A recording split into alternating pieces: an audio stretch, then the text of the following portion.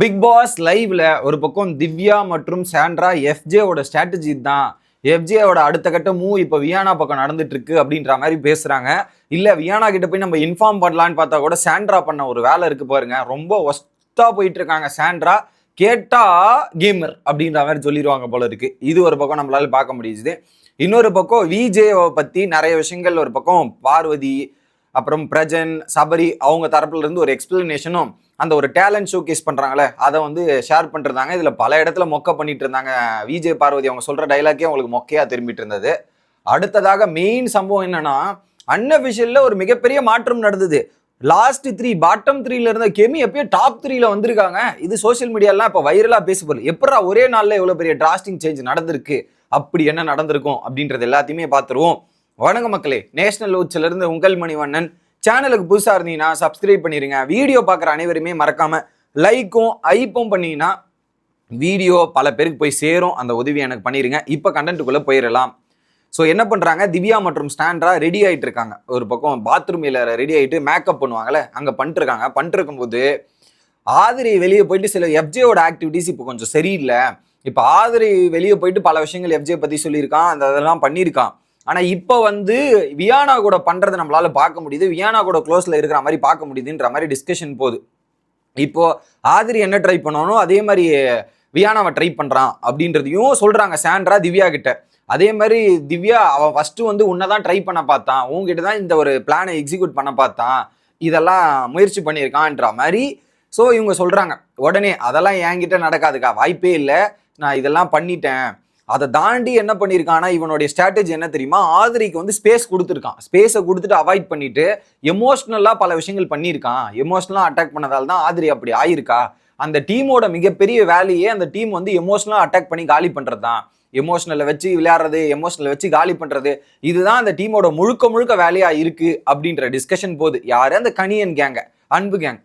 இது ஒரு பக்கமா. அடுத்து திவ்யா என்ன சொல்றாங்கன்னா, ரம்யா வந்து ரொம்ப ஸ்ட்ராங்கா இருக்கணும், ரம்யா இதுக்கப்புறம் ரொம்ப ஸ்ட்ராங்கா இருக்கணும், அண்ணன் தம்பி பாசம்லாம் வெளியே போய் வச்சுக்கணும், அந்த மாதிரி தான் இருக்கு. ஏன்னா நேற்று வந்து ரம்யா என்கிட்ட பேசினா, இந்த மாதிரிலாம் சொன்னான்ற மாதிரி திவ்யா சொல்றாங்க. பேசாம நான் போய் வியானா கிட்டே இந்த விஷயத்த சொல்லிடுவா அப்படின்ற மாதிரி சொல்லிடுவான்னு தோணுது அப்படின்ற மாதிரி திவ்யா சொல்ல, சாண்ட்ரா வேண்டாம் வேண்டாம் வேண்டாம் வேண்டாம் வேண்டாம் வேண்டாம் தேவையில்லாத அணி கம்முன்னு இருக்கு அப்படின்ற மாதிரி. இதுல ஒரு நல்லது நினைக்கிறேன்னா திவ்யா பண்றது கரெக்ட். இதுல நான் தான் சொல்றேனே, திவ்யா சாண்ட்ரா கூட இருந்தா ஹெவி டேமேஜ் வாங்க போறாங்க. ஒரு விஷயம் உங்களுக்கு தப்புன்னு சொன்னதா பார்த்து இருந்துக்கோன்னு உங்களுக்கு தரப்பு அட்வைஸ் கொடுத்துருங்க. ஒரு விஷயம் தப்பா போகுதுன்னு தெரிஞ்சே நீங்க அதை வச்சு ஒரு கேம் பிளே பண்றீங்க, எவ்வளவு கேவலம் இது அப்படின்ற மாதிரி தான் எனக்கு தோணுது. இது எங்கேயோ பார்த்த மாதிரி இருக்குல்ல, அதே மாதிரி தான் இங்க. ஸோ இவங்க சொல்றேன்னு போற திவ்யாவை தடுத்து வேண்டாம், தேவையில்லாத ஆணி இது அப்படின்றத சொல்லி சாண்ட்ரா நிறுத்துறாங்க. அதுக்கப்புறம் ரம்யாவோட எமோஷன்ஸை வச்சு பிளே பண்ணிருக்காங்க, ரம்யாவை பகடக்காய எல்லாத்தையும் யூஸ் பண்ணிருக்காங்க அப்படின்றதையுமே சொல்றாங்க. யாரு, சாண்ட்ரா. ஆனா ரம்யா தான் மற்றவங்களோட எமோஷன்ஸா பாக்குறாங்க, மற்றவங்களை இதுவா கன்சிடர் பண்றாங்க. ஓகேவா, பகடக்காயா ரம்யா வந்து அதை ஜாயின் பண்ணி அதை யூஸ் பண்ணுன்றது, ரம்யா நாமினேஷன்ல வரக்கூடாதுன்றதுக்காக ரம்யா பண்ண வேலைகள் நிறைய இருக்கு. ஆனா கம்ப்ளீட் கேமை தூக்கி அந்த குரூப் மேல போட முடியாது. அதுல ரம்யாக்கும் பங்கு இருக்கு. ரம்யா பகடக்காடு கிடையாது. ரம்யா ரொம்ப தெளிவு தான். இப்போ ஃபீல் பண்றாங்க, 42 நாள் நேற்று திவ்யா கிட்ட சொல்லும்போது 42 நாள் எனக்கு வேஸ்ட் பண்ணிட்டேன், என்னோட விஷயமே இப்படி போயிருச்சு, நான் இதெல்லாம் ஃபோக்கஸ் பண்ணி இருட்டேன் அப்படின்ற மாதிரி சொல்றாங்க. அது ரம்யாவோட தப்பு.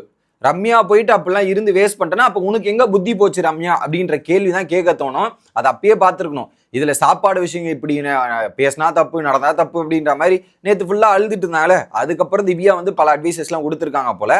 இது ஒரு பக்கம் நடந்துட்டு இருக்கு. ஓகே, ஆனா இப்ப எஃப்ஜே பண்றதெல்லாம் ரொம்ப தப்புக்கா. இந்த வியானா கூட பண்றதா இருக்கட்டும், அவன் பண்றதெல்லாம் ரொம்ப ரொம்ப ஒஸ்டா போயிட்டு இருக்கு, தப்பா போயிட்டு இருக்குன்ற மாதிரி டிஸ்கஸ் பண்ணிருக்காங்க. ஸோ இதுக்கு பேர் என்ன தெரியுமா அப்படின்ற மாதிரி தான் நமக்கு தோணுச்சு. இல்ல சாண்ட்ராவோட டே இப்படியே ஒஸ்டா எல்லாரோடைய பேசுறது, வைக்கிற ஸ்டேட்மெண்ட்ஸ் எல்லாமே மோசமா போயிட்டு இருக்கு. ஒருத்தன் இந்த மாதிரி போறான்னு தெரிஞ்சு அவங்கள தடுத்து நிறுத்தி திருத்தறதுக்கான வழியை கூட திவ்யா பண்ண முடியாம பாக்குறாங்க. திவ்யாவுக்கு எங்க புத்தி போச்சு? ஸோ திவ்யாவும் அந்த இடத்துல கேட்டிருக்கலாம்ல. ஸோ திவ்யா வந்து இப்படி கேட்டு நான் போய் சொல்லுவேங்கன்னு சொல்லியிருக்கலாம். ஸோ திவ்யாவுமே சாண்ட்ராவால காலியாக்கப்படுகிறார் அப்படின்றதுல எந்த விதமான மாற்று கருத்தும் இல்லை. இன்னொரு பக்கம் வெளியே அந்த விஜேவோட பார்வதி, அந்த விஜேவா நீங்களும் ஆகலாம் விஜே அப்படின்ற மாதிரி விஜேவோட டிராவலை பத்தி எக்ஸ்பிளைன் பண்ணிருக்கும் போது அதுல சில பல வார்த்தைகள் சொல்லும் போது அங்க ரிட்டன் கவுண்டர் கொடுத்துட்டாங்க விக்ரம் கனிலாம். என்னன்னா, அவங்க பேசும் வார்த்தைகள் எவ்வளவு காசிஸா பொலிட்டிக்கலா, நீ இங்க என்ன பண்ற அப்படின்ட்டு.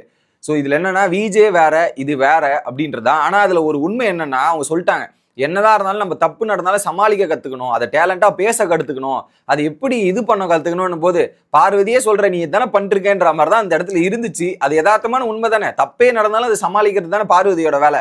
அதை எப்படி மூடி மறைச்சிட்டு போலான்றது தானே பிளான் பண்ணுவாங்க. அதை அங்க வச்சு டப்புன்னு கவுண்டரை போட்டு அடிச்சிட்டு இருந்தாங்க. இது ஒரு பக்கம் நடந்தது. அதுக்கப்புறம் திரும்ப சூப்பர் டீலக்ஸ்ல வந்து பிரஜனோட விஜே மேட்டரா இருக்கட்டும், கிமி சபரி அப்படின்ற மாதிரி அவங்களுடைய டிராவல்ஸ் வந்து சொல்லிட்டு இருந்தாங்க.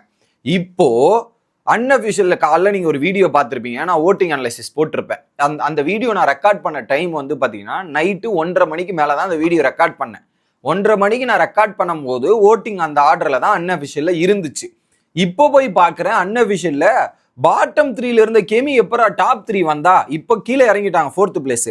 பட் டாப் 3ல இருந்து டப்புன்னு எப்படி இவ்வளவு தூரம் டப்புன்னு ஏறினாங்க, இவ்வளவு பெரிய டிஃபரன்ஸ் எப்படி வந்துச்சுன்னு எனக்கு தெரியல. இப்போ கெமியோட ஓட்டு கம்பேர் பண்ணும்போது 21,000 இருக்கு.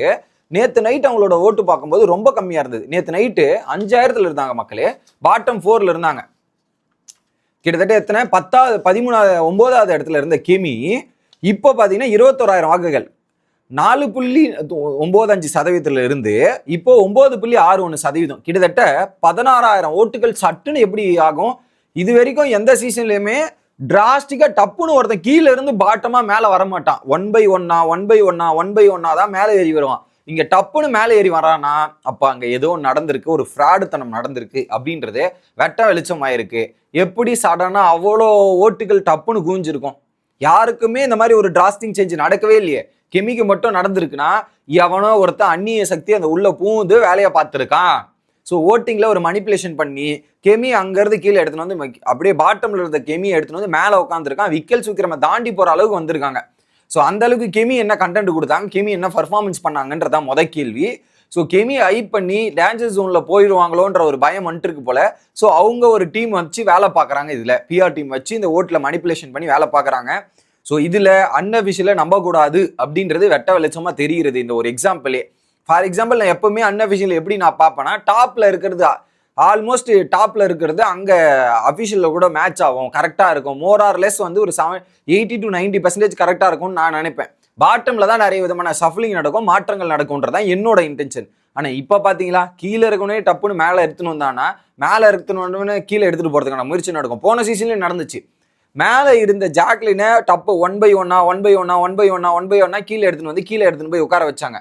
அதுலயும் ஒரு மனிப்புலேஷன் நடக்குதுன்னு நான் அப்பயே சொல்லிட்டு இருப்பேன். அதே மாதிரிதான் இங்க எடுத்துட்டு போயிட்டு கெமியை வந்து காப்பாத்துறதுக்கான முயற்சியும், அவங்க ஓட்டிங் நல்லா தான் வருதுன்ற மாதிரி இதன் மூலியமா ஒரு இன்ஃப்ளூயன்ஸ் பண்றதுக்கான வேலைகளையும் பார்க்கலாங்க. ஸோ அன்அஃபிஷியல் மூலியமாக அஃபிஷியலையும் ஓட்டு இருக்கு, அப்ப எல்லாம் நல்லா தான் பண்றாங்கன்ற மாதிரி இதன் மூலியமா இன்ஃப்ளூயன்ஸ் நடக்கிறதுக்கான வாய்ப்புகள் இருக்கு. அதுக்கான வேலைகள் தீவிரமாக பார்த்து கொண்டிருக்கிறார்கள்.